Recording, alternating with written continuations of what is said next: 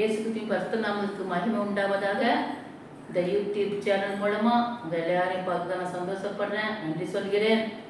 என்னுடைய சிறிய சாட்சியை உங்களோட பகிர்ந்துக்கிட போறேன். என்னுடைய பேர் இவாஞ்சலியே தங்கராணி. என்னுடைய ஊழியம் பேர் இயேசுவி குணமாக்க அற்புத ஊழியங்கள். 3 பிள்ளைங்க எனக்கு, கணவர் இருக்காங்க. நல்ல வசதி தான், வாய்ப்பு தான், பிள்ளைங்க நல்லா படிச்சிருக்காங்க தான். ஆனாலும் எனக்குள்ளே ஒரு சமாதானம் இல்லாமல் இருந்தது. 2011க்கு முன்னாடி, ஆண்டவர் ஏற்றுக்கிறதுக்கு முன்னாடி பல தெய்வத்தை கும்பிட்டேன், பல வழிபாடு பண்ணினேன், பல இடங்களுக்கு போனேன், பல பிரதேசங்களுக்கு போனேன். எங்கேயுமே சமாதானம் கிடைக்கல, சந்தோஷம் கிடைக்கல. எப்பவும் அழுது தான் கிடப்பேன். அப்படி யார் என்ன சொல்லிட்டாலும் உடனே அழுகு வந்துடும். யாராவது ஒருத்தர் எதாவது சொல்லிட்டேன்னா ஒரே அழுக. அப்படிதான், அந்த மாதிரி தான் இருந்தேன் அந்த மாதிரி நேரம். அப்படி இருக்கச்சுன்னா ஒரு நாள் தியானம் பண்ணிட்டு இருக்கும்போது வானத்தை கிழித்து கொண்டு ஒருவர் என் மேலே இறங்கினார். எனக்கு அவர் யாருன்னு தெரியாது, எனக்கு நான் எதுவும் பேசுமாட்டேன்னு தெரியாது, பைபிள் தெரியாது, வசனம் தெரியாது, ஜபான்னு தெரியாது. நான் படித்ததெல்லாம் மகாபாரதம், ராமாயணம், கீதை இதுதான் படிச்சிருக்கேன். இதை தவிர எதுவுமே எனக்கு தெரியாது. அப்படி இருக்கச்சு தான் அந்த இறங்கினோட எனக்கு மேலே அப்படியே நான் கீழே விழுந்துட்டேன். அப்படி விழும்போது என்னால் எழுந்திருந்து பார்க்குறேன், எழுந்திருக்க முடியல. அது யாரு, இது யார்கிட்ட கேட்கணுமே, சொல்லணுமே அப்படின்னு இருக்க போது என் மருமகனும் என் மகளும் வந்தாங்க. என் மகன் ரசிக்கப்பட்டா. என் மருமகனும் மகளும் 2 பேரும் அன்னைக்கு பார்க்க வந்தாங்க. பார்த்து வந்தபோது இந்த மாதிரி இன்னைக்கு நம்ம சர்ச்சில் ஸ்பெஷல் ப்ரேயரு, உங்களுக்கு பார்த்து போகலான்னு வந்தேன் அப்படின்னு சொன்னாங்க. அப்போ நான் சொன்னேன், மாப்பிள்ளை இந்த மாதிரி ஒருவர் நான் தியானம் பண்ணிட்டு இருந்தேன் காலையில் அதிகாலையில். இப்படி கண்ண மூடி தியானம் பண்ணிட்டு இருக்கும்போது ஒருவர் மேலே இருந்து வானத்தை கிழித்து கொண்டு பயங்கர சவுண்டு அப்படியே என் மேலே இறங்கினாலும் அப்படியே விழுந்துட்டு அது யாருன்னு கேட்டேன். அப்போ அவர் சொன்னார், அத்தை அழகா இயேசுக்கு இன்றைக்கு உயிர்த்திருந்த நாள், ஈஸ்டர் பண்டிகை, இன்றைக்கி நம்ம சபையில் ஸ்பெஷல் ப்ரேயரு, அதனால் ஸ்பெஷல் ப்ரேயர் முடிச்சுட்டு உங்களை பார்த்து போல நான் வந்தேன். ரொம்ப விசேஷமான நாள் அத்தை, இன்னைக்கு உங்களுக்கு ஆண்டு காட்சி கொடுத்துருக்காரு, இது ஆண்டவராக இயேசுக்கு அப்படின்னு அவர் சொன்னார். அப்படியா மாப்பிள்ளை அப்படின்னு சொன்னேன். அப்புறம் என்ன சொன்னார் அவர், நம்ம சந்தோஷ பெரியப்பா கூட இப்படித்தான் ஒரு நாள் பட்டப்பகலில் இருந்து எனக்கு ஞானஸ்தானம் எடுக்கணும், ஆண்டு காட்சி கொடுத்தாரு, எனக்கு ஞானஸ்தானம் எடுக்கணும். அப்போ இலங்கையில் இருந்தாங்களாம், இவங்க ஊழியத்துக்கு போயிருந்தாங்களாம். அப்போ எனக்கு இப்போவே ஞானஸ்தானம் எடுக்கணும், நாங்கள் ஆற்றுல வச்சு எடுத்தாங்க, அங்கே இலங்கையில் வச்சு எடுத்தாங்களாம். அதை சொன்னார் மாப்பிள்ளை. அப்போ சொல்லி எனக்கு என்னமோ சொல்கிறார், எனக்கு ஒன்றுமே புரியல. அப்போ கூட ஒன்றுமே புரியல. ஏன்னா நான் விற்கிறதுல இருந்தேன் பாருங்கள், இதிலே இருந்து ஊறி போன பாருங்கள். எனக்கு ஒன்றும் இதெல்லாம் புது அனுபவம் பாருங்கள், புது அனுபவம். பழையவைகள் ஒளிந்து போயின, எல்லாம் புதிதான என்று வேதத்தில் இருக்குது. ஆமே நடைலூயா. அந்த மாதிரி இருக்கும்போது எனக்கு ஒன்றுமே தெரியல, ஏதோ ஒரு மாதிரி ஆயிடுச்சு. அப்புறம் எல்லா இடம் நான் இமயமலை போயிட்டு வந்து 21 நாள் கழித்து நான் மெட்ராஸுக்கு வந்தேன். அந்த ஈசா யோகாவில் போந்தேன், இப்போ போயிட்டு வந்தேன் ஈசா யோகா. அதில் தான் நான் இந்த நேரமும் கிடப்பேன். மாதம் 2 வாட்டி 3 வாட்டி அங்கே கோயம்புத்தூர் ஆசிரமம் இருக்கு பாருங்கள், அங்கே போயிடுவேன், அங்கே தான் கிடப்பேன். அப்படி இருக்கும்போது இசைமயங்கள் அந்த குரூப்பில் எல்லாம் கூப்பிட்டு போனாங்க, எல்லாம் போயிட்டு வந்தேன். இமயமலை, ரிஷிகேஷ், ஹரித்துவார், கேதாரிநாத், என்னென்ன ஊரோ போயிட்டு வந்தேன். எங்கேயுமே சமாதானம் கிடைக்கல, சந்தோஷம் கிடைக்கல. இப்போ பார்த்தா அழுது தான், அழுதுகிட்ட கிடப்பேன். அப்படி இருக்கும்போது ஒரு நாள் பொண்ணு வீட்டுக்கு போனேன். பொண்ணு வீட்டுக்கு போனால் இப்போ பேத்தியை பார்க்கறதுக்காக போனேன். நான் தற்செயலாக போனேன், அவளுக்கு தெரியாது. போனால் ஒரு பாஸ்டர்மா கதை திறந்து யாருமான்னு கேட்டாங்க. அப்போ சொன்னேன், நான் இவர்கிட்ட யாருமான்னு கேட்கும்போது எங்கள் அம்மா அப்படின்னாங்க. உடனே இவங்க யாருமா நான் கேட்டேன், இவங்க யாருமா, நான் அமெரிக்காவில் வந்துருக்காங்கம்மா, பாஸ்டர்மா லூசி பாஸ்டர்மா அப்படின்னாங்க. அதை சர்ச்சை வச்சுருக்காங்கம்மா அங்கே அமெரிக்காவில், இங்கே நம்ம வீட்டை பார்க்க வந்துருக்காங்க நம்மளை அப்படின்னு வந்தாங்க. அப்போது நாங்கள் பேசிட்டு இருக்கும்போது யாருன்னு கேட்கும்போது நான் சொன்னேன், கால் வலி இருக்குது எனக்கு, உட்காருன்னா எதிர்க்க முடியாது, கால் அப்படியே இழுத்துக்கிட்டோம், கால் இழுத்துக்கிட்டோம் அப்படியே வாதக்கால் மாதிரி. எங்கள் அப்பாவுக்கு இதே மாதிரி இருந்தது. 3 மாதம் ஊசி போடுவார், நல்லா இருப்பார். 3 மாதம் ஊசி போட்டால் நல்லா இருப்பார், திரும்ப ஆஸ்பத்திரிக்கு போவார். அதே மாதிரி நான் நினச்சேன், சரி நமக்கும் அந்த வாதக்கால் வந்துருச்சு போல், அப்பா மாதிரியே பரபர வியாதி நமக்கும் வந்துருச்சு போல் அப்படின்னு நினச்சிக்கிட்டு அப்போ அந்த அம்மாட்ட சொன்னேன், அம்மா எனக்கு இந்த கால் எல்லா கோயிலுக்கும் போயிட்டு வரமா, எதுவுமே சரியாக மாட்டேங்குமா, இழுத்துக்கிடுதுமா, கால் வலிக்குமா, ஊசி மாதிரி சாப்பிட்டே இருக்குமான்னு சொன்னேன். அம்மா நீங்கள் இயேசு நம்பிக்கலான்னு கேட்டாங்க. நான் எனக்கு எம்மா தான் நான் சொன்னேன். நான் சொன்னேன் எம்மாவுக்கு சம்மதம் அப்படி சொன்னேன். அப்படி சொல்லாதீங்கம்மா, இயேசு பவரான தெய்வம் அப்படின்னு சொன்னாங்க. அப்படியா, அப்போ செவிங்க, பவரான தெய்வம் சொல்கிறீங்களா, அப்போ செவிங்க அப்படின்னு சொன்னேன். 1 நிமிஷம் தான் அவங்க செவிச்சிருப்பாங்க. என் பொண்ணு கை வைக்கிறா என் தலை மேலே, அவங்க இங்கிலீஷில் பேசுகிறாங்க, என் பொண்ணு தமிழில் வசனம் சொல்கிறா. அது சொல்கிறேன். உடனே எனக்குள்ளேருந்து ஒரு ஒளிவட்டம் எனக்கு எல்லாவற்றையும் போ. எனக்கு யாரும் வேண்டாம், எனக்கு ஆண்டவர் மட்டும்தான் வேணும், ஒரு நிமிஷம் அறிக்கத்தான். இதுதான் சொன்னேன். உடனே நோக்கி எனக்குள்ளேருந்து ஒரு ஒளிவட்டம், என்னை சுற்றி ஒரு ஒளிவட்டம் வந்தது. என் உடம்பு அப்படியே லேசாயிடுச்சு. அந்த கிழமை எனக்கு கால் வலி போச்சு. ஆமேன். அந்த கிழமை எனக்கு கால் வலி போச்சு. பாருங்க, இப்போ 13 வருஷம் ஆகுதுங்க. இன்னும் நான் டாக்டரே போனதில்லை. எங்கள் கால் வலின்னு போன ஆண்டு கண்டாமத்தை பலன் கொடுத்துக்கிறார். ஆமேன். அல்லேலூயா. இப்படியாக ஆண்டவர் நிறைய அற்புதம் தெரியும். எனக்கு ரொம்ப சந்தோஷமாச்சு. அப்புறம் நான் என்ன பண்ணேன், எங்கள் வீடு நீலாங்கரில் இருக்குது, இவள் வீடு சைதாப்பேட்டை. அப்போது எங்கள் வீட்டுக்கு வரணுமே, இவர் வருவார் அப்படின்ட்டு நான் போகணுமா, அப்பா வரணும்னு சொன்னேன். பயம் வந்துடுச்சு. ஏன் எல்லாத்தையும் நான் போப்போன்னு சொல்லிட்டேன்னா, அங்கே அவ்வளோ இருக்கேன், வீட்டில் அவ்வளோ விற்கிறோம் வச்சுருக்கேன், வெள்ளியும் பொண்ணுமா வச்சுருக்கேன். பயம் வந்துடுச்சு. எல்லாத்தையும் போப்போன்னு சொன்னா ஒன்று போய் எனக்கு பயமாக இருக்குமா, நான் எல்லாத்தையும் போப்போன்னு சொல்லிட்டேனே, அவ்வளோ இருக்குன்னு. அப்போ பாஸ்டம்மா சொன்னாங்க, அம்மா எதுக்கும் பயப்படாதீங்க, இயேசுக்கு நாமத்தினால எந்த கடைசத்தையும் எனக்கு தொடக்கூடாதுன்னு சொல்லிட்டு நீங்கள் போங்க அப்படின்னாங்க. சரின்ட்டு நான் வந்துட்டேன். நைட்டு பேசாம டிஃபனை வச்சு படுத்துட்டேன். நல்லா சாப்பிட்டு படுத்து தூங்கிட்டா காலையில் எடுத்துட்டேன் பாருங்க, ஒரே உடம்பு லேசாக நல்லா அது எந்த இதுவுமே வரல. பூஜை ரூமுக்கே போக பிடிக்கல, ஒரே அழுகு இருக்குது. எல்லாத்தையும் தூக்கி போடணும். ஐயோ இது வேண்டாம், இது குப்பை. பவுல் சொன்ன மாதிரி எல்லாம் இயேசுக்கு நாமத்துக்காக எதெல்லாம் லாபம் என்று நினைத்தேனோ எல்லாத்தையும் குப்பை என்று எண்ணினேன். அல்லேலூயா. பாருங்க, எல்லாவற்றையும் குப்பை என்று எண்ணினேன். போகவே இல்லை. அப்புறம் எப்படா முடியும் அப்படின்னு நினச்சிக்கிட்டு இருந்தேன். பொண்ணுகிட்ட பேசுறதுக்கு 6 மணி ஆச்சு. அப்போ ஒரே அழுக. என் உடம்பு லேசாக இருக்குது, கால் வலி இல்லை. அந்த காற்று மாதிரி காற்றை பிடிக்கும் பாருங்க, காற்று பிடிக்க முடியுமா, அப்படி ஒரு லேசாக என் உடம்பு இருந்தது. அந்த வெயிட்டே இல்லை, அது வெயிட்டாக இருக்கும், லேசாக இருந்தது. எனக்கு சரி எப்படியா தூக்கி பண்ணி வேண்டாம் அப்படின்னு சுற்றி என் பொண்ணுக்கு ஃபோன் போட்டேன். 6 மணி ஆச்சு. அம்மா உடனே அம்மா என் பொண்ணு அவங்ககிட்ட கொடுத்தாங்க, பாஸ்டர்மாட்ட கொடுத்தாங்க. அவங்ககிட்ட பேசினேன். அவங்க சொன்னாங்க, அம்மா எனக்கு ஒரு மாதிரியா இருக்குமா, என்னம்மா தெரியல, எனக்கு எல்லாம் தூக்கி போல இருக்குமா, எனக்கு வேண்டவே வேண்டாம்மா இது அப்படின்னு சொன்னேன். அப்படியாம்மா, சரிம்மா நாங்கள் வர்றோம்மா, தூக்கி போட வர்றோம் அப்படின்னு சொன்னேன். என் பொண்ணு பேட்டியை கூப்பிட்டு அந்த பாஸ்டர்மாவும் வந்தாங்க. அல்லேலூயா எல்லாத்தையும் தூக்கி போட்டாங்க. குழந்தை நீங்கள் வச்சுக்கிட்டு இருந்தத நீங்கள் கீழே இறங்கி, அவ்வளோ பெரிய எறும்பு, அவ்வளோ ஒரு பொண்ணு, வெள்ளி தங்கம், ஒரு பெரிய பித்திரப்பானையில் ஒரு மஞ்சள் துணியில் கட்டி அவ்வளோ ரூபாய் 500, 1000, 2000 அப்படி போட்டு வைப்பேன். அது எவ்வளோ இருக்குன்னு பார்க்கல, எல்லாத்தையும் எரிச்சு போட்டுச்சு. ஆமென். அல்லேலூயா. 2 நாளாகமம் 15வது அதிகாரம் 16வது வசனத்தின்படி, தோப்பிலே அருவருப்பான விக்கிரத்தை உண்டுபடியே ஆசாவின் தாயான மாகாளையும் ராஜாத்தியாய் இருக்காதபடிக்கு ஆசா நிர்மலமாகி தகர்த்து திருநாட்டிலே சுட்டெடுத்து போடுறான் என்ற வார்த்தைக்கேற்ப, அந்த வசனத்துக்கேற்ப எல்லாவற்றையும் சுட்டெடுத்து போட்டுச்சு. ஆமென். அல்லேலூயா. எல்லாவற்றையும் சுட்டெடுத்து போட்டாச்சு. சுட்டெடுத்து போட்டவுடனே மறுநாள் எங்கள் வீட்டுக்காரர் வருவார், பூஜை வருவார். மறுநாள் என்னம்மா காணும், போட்டவன் எங்கே, இதெல்லாம் காணுமே, என்னாச்சு, என்ன பண்ண அப்படின்னாரு. அப்போ சொன்னார், எல்லாம் தூக்கி போட்டேங்க அப்படின்னேன். அவர் திருநெல்வேலி சொல்வார், ஊதுபத்தி ஏற்றி. அவர் சாமியெலாம் நம்ப மாட்டார், சாமியை கும்பிட மாட்டார். இந்த பெரியார் மாதிரி, நாத்திகர் மாதிரி வருவார், ஊதுபத்தி ஏற்றுவார், திருநெல்வேலி பூஜைக்கு போயிடுவார். எந்த சாமி தொட்டு கும்பிட மாட்டார். அந்த மாதிரி எங்கள் வீட்டுக்கார் நாத்திகர். பெரியார் எப்படி இருந்தார், சாமி இல்லைன்னு சொல்லுவார், அந்த மாதிரி எங்கள் வீட்டுக்கார். அதே மாதிரி சொன்னோடனே எல்லாத்தையும் காமிச்சோன்னே எல்லாத்தையும் அப்படி அம்மான்னு சிரிச்சுக்கிட்டே போயிட்டார் எங்கள் வீட்டுக்கு. பாருங்கள், அவளுக்கு கிஃப்ட்டு, கர்த்தர் கொடுத்த கிஃப்ட்டுங்க. ஒரு வீட்டில் அப்படி சண்டை வரும், இது எல்லாம் இழுத்து போட்டு எல்லாத்தையும் எடுத்து போட்டாங்களே, எவ்வளோ சண்டை வரும். ஆனால் எங்கள் வீட்டுக்கு ஒன்றுமே சொல்லலை. கர்த்தருடைய கிருபை, அப்படியே தயவு. ஆமேன். சிரிச்சுக்கிட்டே போயிட்டார், ஆஃபீஸுக்கு போயிட்டார் கிளம்பி. அப்புறம் பாருங்கள், எல்லாத்தையும் போட்ட உடனே பாட்டு தன்னாக்கில் பாட்டு போகுதுங்க.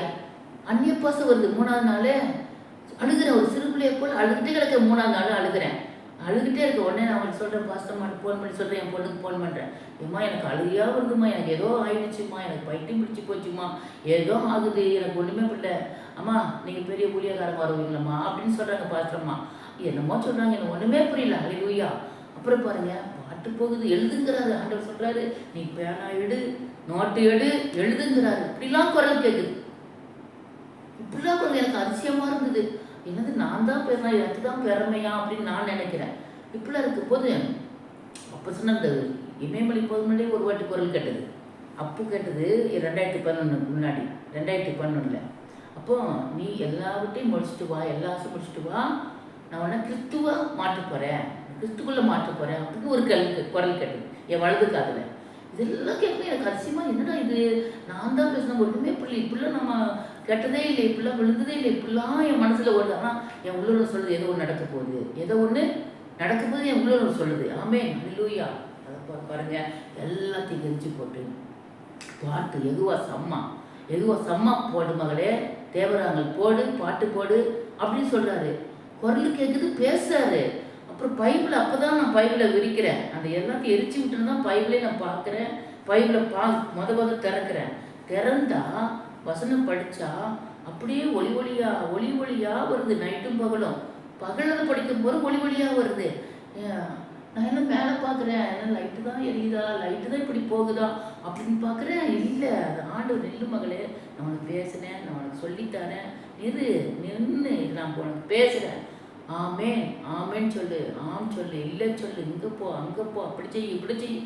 எனக்கு ஆண்டவர் எல்லாம் கற்றுக் கொடுத்தாருங்க. ஒன்றும் தெரியாதவளை ஒரு தகுதி இல்லாத என்ன ஆண்டவர் என்னை எல்லா இடத்துலையும் நடத்துக்கிறாரு, இன்னும் நடத்துக்கிறாரு, நல்லபடி நடத்துகிறாரு, செம்மையாக நடத்துக்கிறாரு.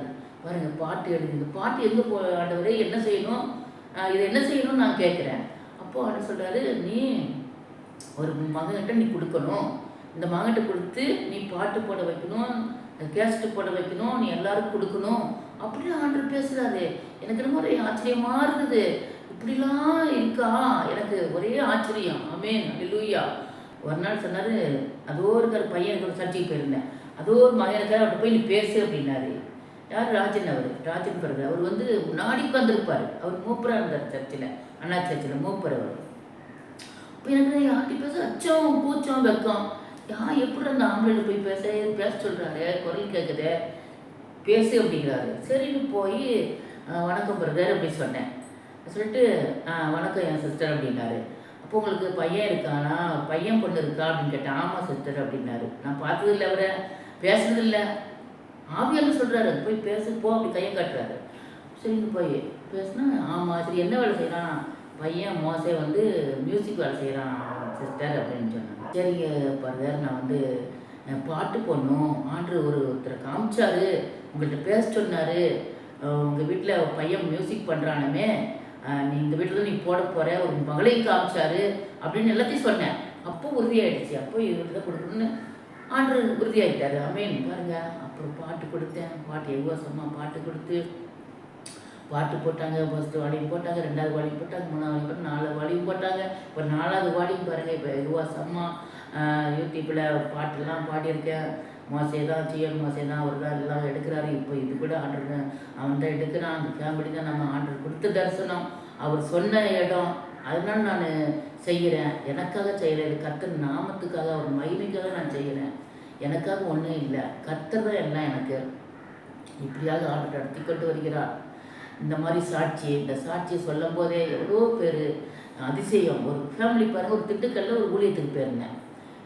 ஒரு குடும்பம், முழு குடும்பம், அம்மா அப்பா தம்பி தங்கச்சி, சாமியாடி குடும்பம், காவி வெட்டி காவி சட்டை எல்லாம் போட்டுட்டு இருந்தான் குடும்பம். அந்த பார்த்து சொன்னாரான், நான் எவ்வளோ பேர் சொன்னேன் சிஸ்டர், இவர் கேட்க மாட்டார் பாரு, உங்கள் சாட்சியை கேட்டு குடும்பத்தை எல்லாம் எரிச்சு போட்டார், எல்லாம் தூக்கி போட்டாங்க, எல்லாம் தூக்கி எரிச்சிட்டாங்களாம் சிஸ்டர் என்று அந்த பாஸ்டர் எனக்கு சொல்கிறாரு.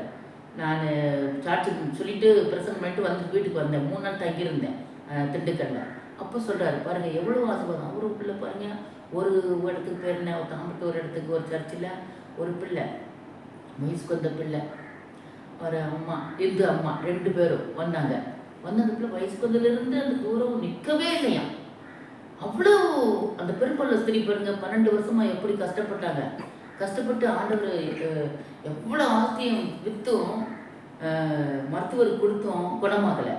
ஆண்டவர் சாலை தொட்டவொடனே அந்த அம்மா குணமடைஞ்சாங்க, அந்த ஸ்திரீ. அதே போல் இந்த பிள்ளையும் இந்த வார்த்தை கேட்டுக்கிட்டே பேசிக்கிட்டே இருக்கும்போது பெரும்பாலும் வாசனை கேட்டுட்டு தான் ஆண்டு தொட்டு அந்த பிள்ளைங்க உடனே சுகம் கொடுத்தாரு.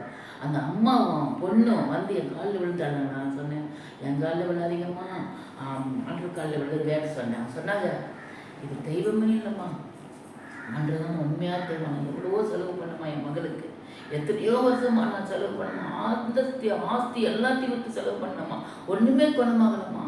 ஆண்டவர் இவர்தாமா என் தெய்வம், இவருதாமா என் தெய்வம், இவர்தாமா என் குலதெய்வம் அப்படின்னு ஏற்றுக்கிட்டாங்க. அல்லேலூயா.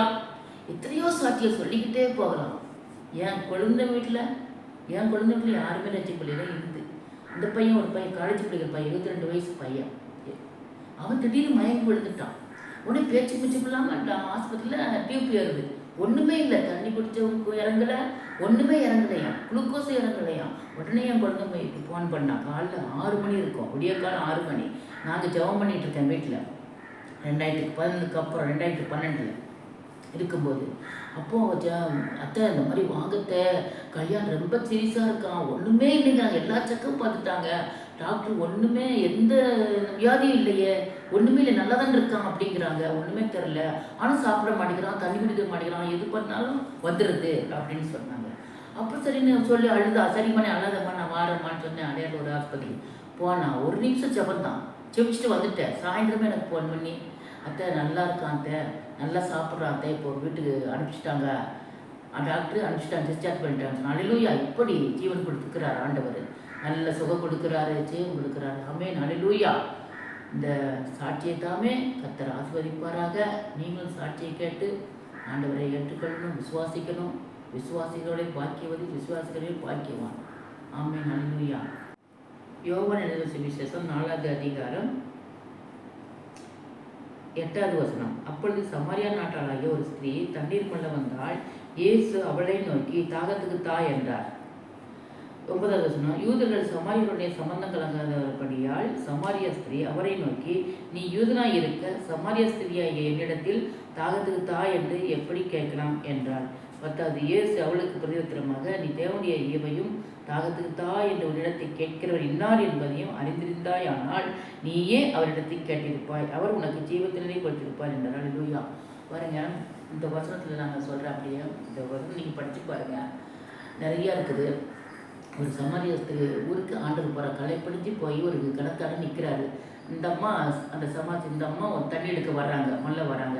இப்போ எனக்கு தண்ணி தாகமாக இருக்கு, எனக்கு தண்ணி தா அப்படிங்கிறாரு. உடனே உங்களுக்கு ஒன்று கொடுக்க, அப்போல்லாம் சம்மந்தம் கலக்க மாட்டாங்க, 2 பேர் எடுத்து சொல்லுவாங்க அந்த காலத்தில். அதுபோல் நீங்கள் பாத்திரம் வச்சிங்களா, அங்கே பாத்திரம் இல்லையே, இங்கிட்ட நீங்கள் பாத்திரம் இல்லையே உங்களுக்கு மொண்டு கொடுக்குறதுக்கு அப்படின்னு அந்த ஸ்திரீ சொல்கிறா. உடனே, நான் கொடுக்குற தண்ணி உனக்கு ஜீவ தண்ணியாக இருக்கும், நான் கொடுக்குற தண்ணி உனக்கு தாக்கமே எடுக்காது அப்படிங்கிறாரு. ஆனால் இவர் ஜீவ தண்ணி, அவர் தண்ணி கொடுக்கவே இல்லை, அவர் குடிக்கவும் இல்லை, அவர் கொடுக்கலை, அவர் குடிக்கவும் இல்லை. நான் கொடுக்குற தண்ணி ஜீவ தண்ணியாக இருக்கும், எப்போவுமே நிறைஞ்சிருக்கும், தாகமே எடுக்காது. நீ கொடுக்குற உலக தண்ணி, நான் கொடுக்குற ஜீவ தண்ணி அப்படிங்கிறாரு. அல்லேலூயா. அப்போ இவர் சொல்கிறான், சரி. அப்போ உடனே அவளுக்கு அவர் பேசும்போதே அவளுக்கு அதோடைய வார்த்தை அவளுக்குள்ளே இறங்கிடுச்சு, அந்த இதயத்துக்குள்ளே, உள்ளத்துக்குள்ளே 3 உறுப்புகளில் இறங்கிடுச்சு. இறங்கின உடனே அந்த ஊருக்குள்ளே போகிறா சமாரிய ஸ்திரீ. அந்த ஊருக்குள்ளே போய், சமாரியா ஊருக்குள்ளே போய் எல்லாட்டையும் சொல்கிறான். அந்த தண்ணி இறங்கினோட, ஜீவ தண்ணி இறங்கினோட எல்லாட்டையும் சொல்கிறான். எல்லாரும் சொன்னவொடனே அவங்க எல்லா ஜனங்களும் அவரை வந்து தேடி வர்றாங்க. அந்த தேடி வரும்போது அவரை பார்த்தவொடனே அவங்க எல்லாரும் அவரை ஏற்றுக்கொள்கிறாங்க, ஆண்டவரை ஏற்றுக்கொள்கிறாங்க, விசுவாசிக்கிறாங்க. ஆமென். அதே போல் நீங்களும் விசுவாசிக்க, ஏற்றுக்கொள்ளுங்க, உங்களுக்கு ஜீவத்தண்ணீர் ஆண்டவர் கொடுப்பார். எல்லாத்தையும் சுவிசேஷம் சொல்லுங்க. நீங்களும் எல்லாருக்கும் நன்மைகள் செய்வார் ஆண்டவர், நன்மையானது செய்வார். நன்மை செய்கிறார், உலகத்துக்கு வந்து சுற்றி திரிந்தார். அவர் பிடியாளியை குணமாக்கலாகவும் அசுத்தாவை விரட்டுகளாகவும் அவர் சுற்றி திரிந்தார். உங்களுக்காக ஜெபிக்கிறேன். ஆண்டவரே, இதை பார்த்து கொண்டு எல்லா பிள்ளைகளுக்காக ஆண்டவரே, ஆண்டவரே உடைய சமாதினாவை ஊற்றுமையா, சந்தோஷத்தினாவை ஊற்றுமையா ஒவ்வொரு பிள்ளைகளுமாலும் ஆண்டவரே ஏற்றுக்கொள்ளட்டுமாப்பா, அவங்க விசுவாசிக்கட்டுமாப்பா. ஆண்டவரே, உங்கள் பிள்ளைகளுக்கு ஆண்டவரே சுகம் பலந்தடன் ஆரோக்கியம் ஆனபடியாக ஐஸ்வர்யம் கொடுத்து சகல நலம் ஆசீர்வதி. ஆண்டவரே, உமக்கு ஸ்தோத்திரம், ஆசீர்வதி பலப்படுத்தும். இயேசுக்கு இன்ப நாம் ஜெபிக்கிறேன், ஜீவன் நல்ல பிதாவே, ஆமென்.